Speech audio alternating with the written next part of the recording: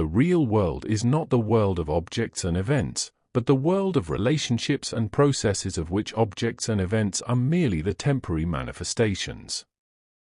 Now, that's a curious thing to say, isn't it? Because immediately when I suggest that everything you know might be an illusion, you probably want to look around this room and say, well, what about this chair? What about this wall? Surely these things are real. And of course, in a certain sense, they are. But the question is, what do we mean by real? What do we mean when we say something exists? You see, we live in a civilization that has trained us to think about reality in a very particular way. We've been taught to see the world as a collection of separate things, objects that bump into each other like billiard balls on a cosmic pool table. And we think of ourselves as one of these objects, a kind of complicated biological machine that somehow got consciousness installed in it, looking out at all the other objects and trying to figure out what they're going to do to us. But what if I told you that this whole picture, this whole way of seeing reality is nothing more than a very convincing hallucination? What if the separate self that you think you are, the individual consciousness peering out through your eyes at an external world, is the most magnificent illusion ever created? Let me ask you something right now as you're listening to these words. Where exactly are you? You might say, well, I'm here in my body, behind my eyes, somewhere in my head. But have you ever actually found this observer? Have you ever located the exact spot where you are? When you close your eyes and look for the one who is looking, what do you find? You find thoughts arising and passing away. You find sensations coming and going. You find emotions flowing through like weather systems across an inner sky. But where is the one who observes all this? Where is the solid permanent self that you assume is having all these experiences? It's rather like trying to bite your own teeth, isn't it? The observer cannot be observed because the observer and the observed are not two separate things. They are two aspects of one seamless process like the inside and outside of a sphere. You see, what we call consciousness is not a thing that observes other things. Consciousness is the very space in which all experience appears. It's like the mirror that reflects everything but is never seen itself because everything that appears in it is it. Think of it this way. In a dream, you experience yourself as a separate character moving through a dream world, interacting with other dream characters. The dreamer creates the entire dream, the dream self, the dream others, the dream environment. But from within the dream, it all seems perfectly real and separate. The dream character doesn't realize that he and everything he's experiencing are all modifications of one dreaming consciousness. And what if, just what if, waking life is exactly the same kind of process? The ancient Sanskrit word Maya is often translated as illusion. But this translation misses something crucial. Maya doesn't mean that the world is unreal in the sense of being a fake or a deception. Maya means that the world is a kind of magical display, a cosmic art form, a dance of appearance. Imagine you're watching a movie. The movie isn't unreal. You're really seeing it, really experiencing it, really being moved by it.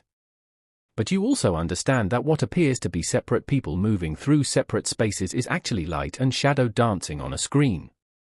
The multiplicity is real as an appearance, but the underlying reality is one undivided process.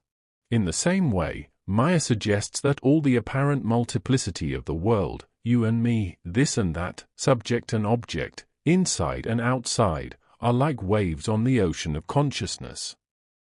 The waves are real as waves, but they are not separate from the water. They are the water playing at being waves. But here's the beautiful thing about this illusion. It's not a mistake that needs to be corrected. It's not a problem that needs to be solved. It's a game that consciousness is playing with itself. And the game is played for the sheer joy of playing it. Now you might ask, but if this is true, why don't I experience it that way? Why do I feel so separate, so isolated, so cut off from everything else? Well, That's the genius of the illusion. The sense of being a separate self is not a malfunction of consciousness. It's a magnificent achievement. It's like consciousness learning to play hide-and-seek with itself. It hides so well that it completely forgets it's playing a game. Think about it. If you always knew you were everything, if you never forgot your true nature, where would be the adventure? Where would be the surprise?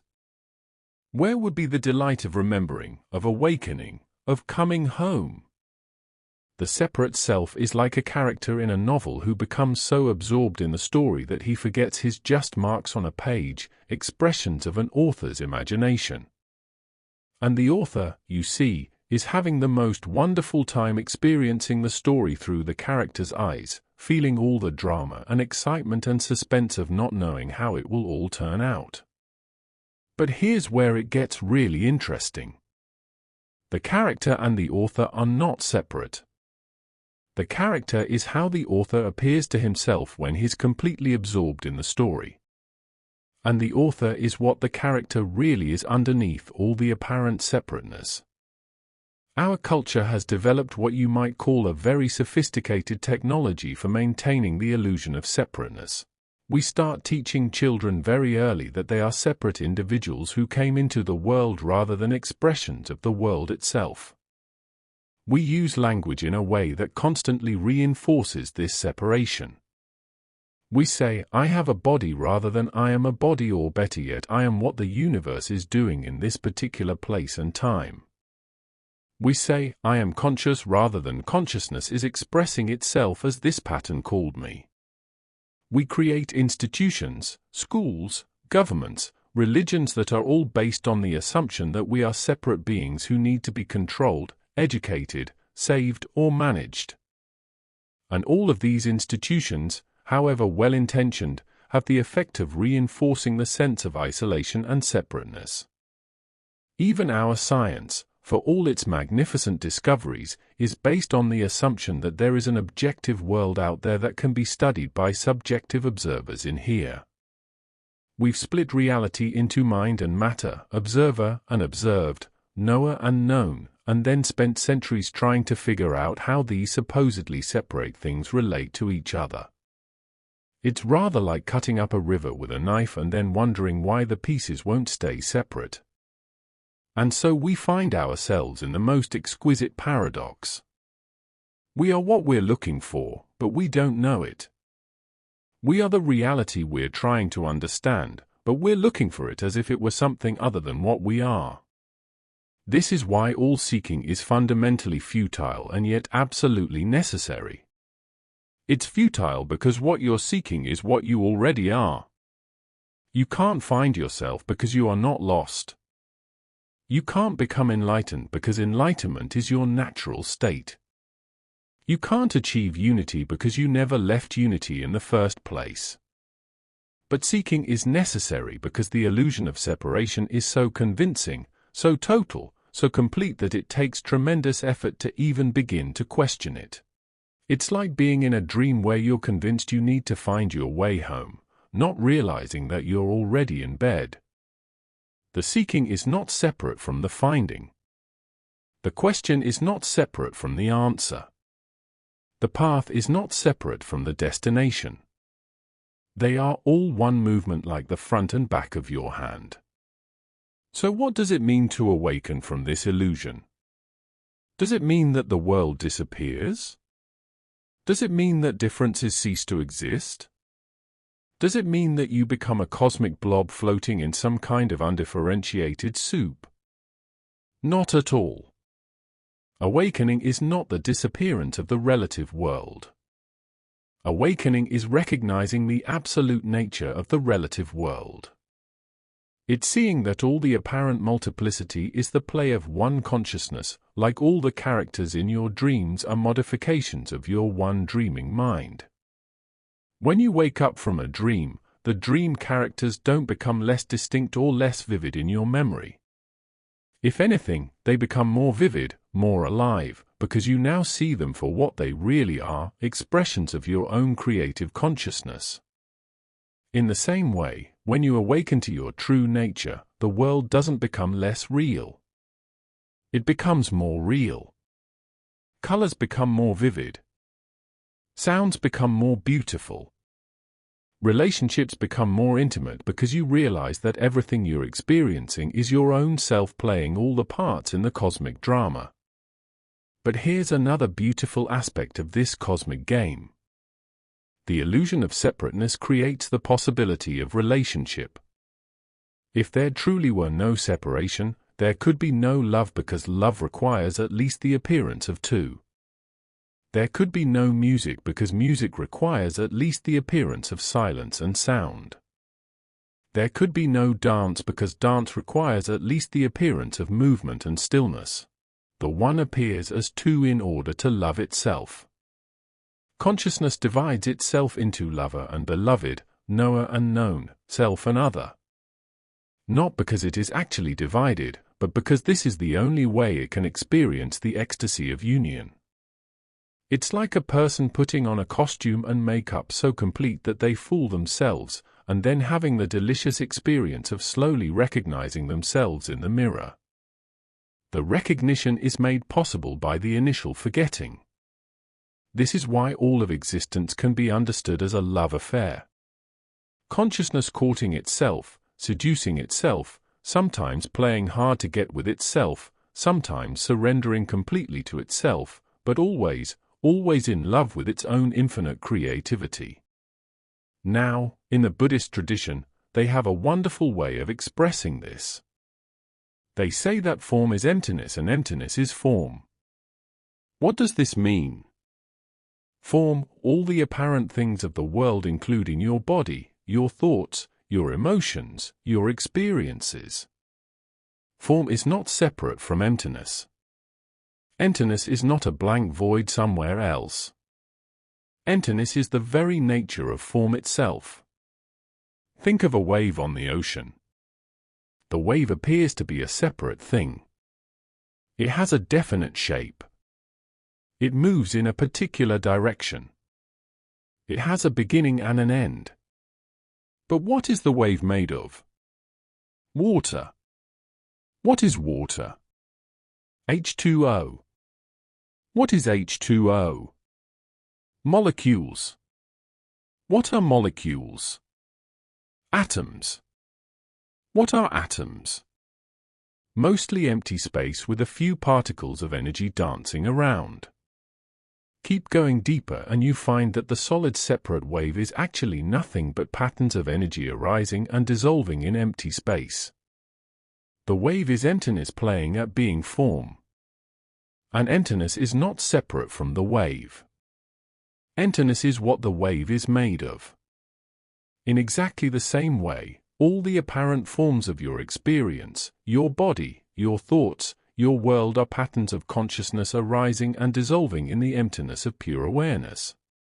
You are emptiness dancing as form, and form dissolving back into emptiness, moment by moment by moment. But you don't need to take my word for any of this. This is not a philosophy to be believed in. This is not a concept to be understood intellectually. This is a reality to be lived, to be experienced directly right here, right now.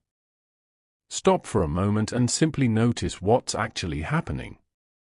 Not what you think is happening, not what you believe should be happening, but what's actually present in this moment.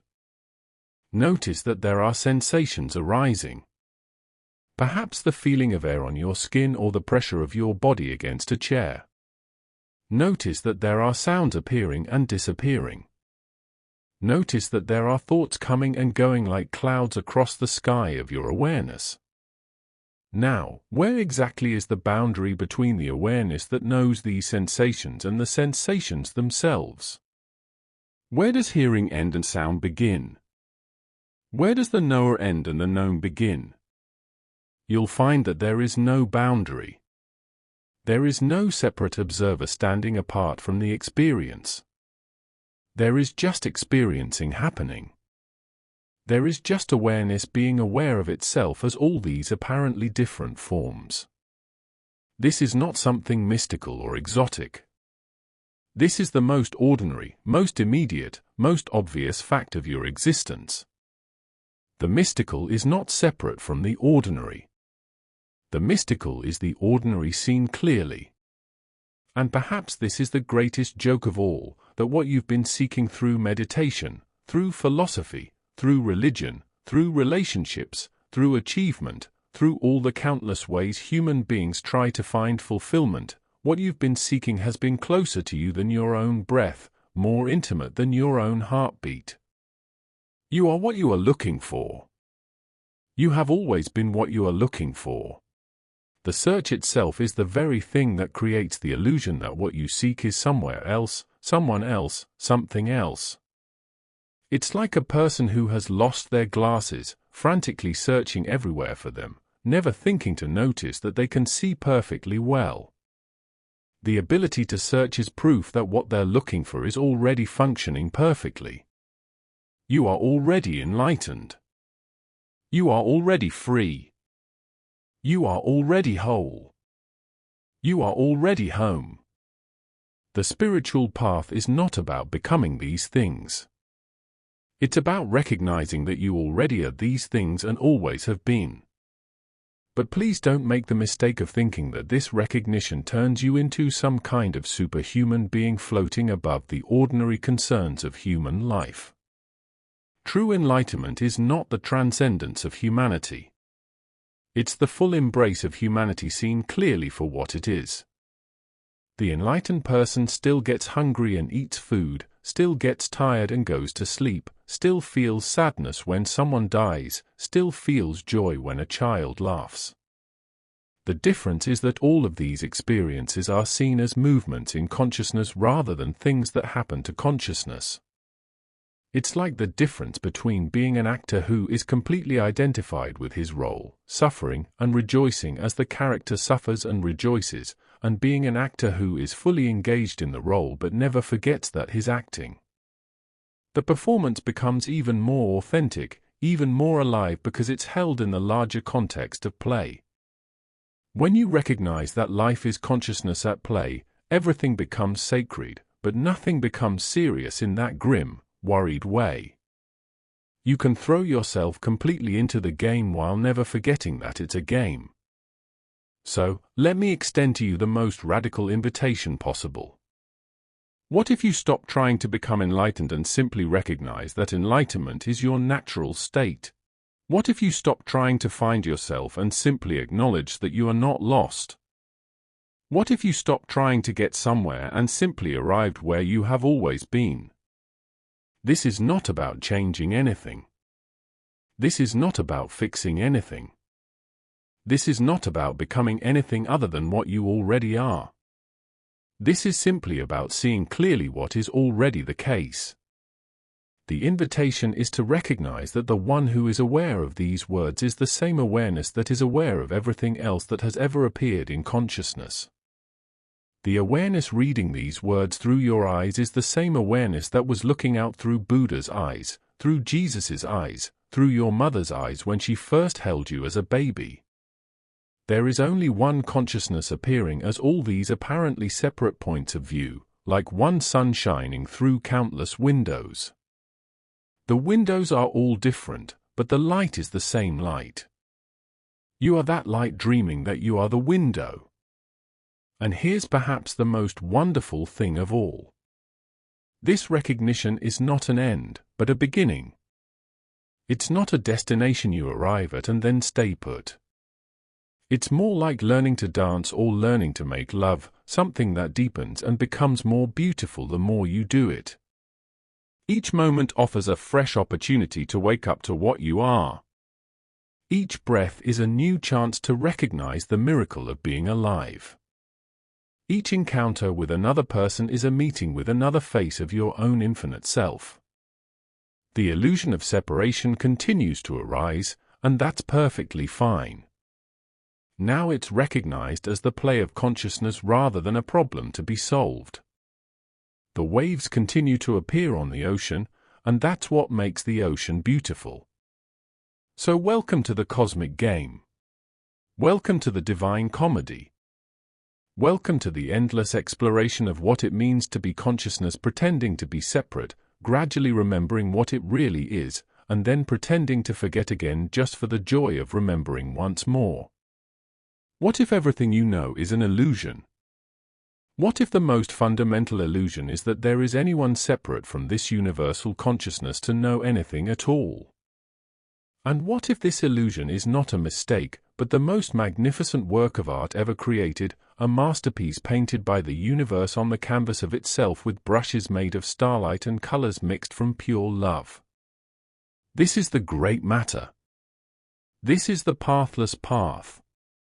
This is the journey from nowhere to nowhere, taken by no one, arriving at nothing that was not already present from the very beginning. And it is absolutely perfect exactly as it is. The meaning of life is just to be alive. It is so plain and so obvious and so simple. And yet everybody rushes around in a great panic as if it were necessary to achieve something beyond themselves.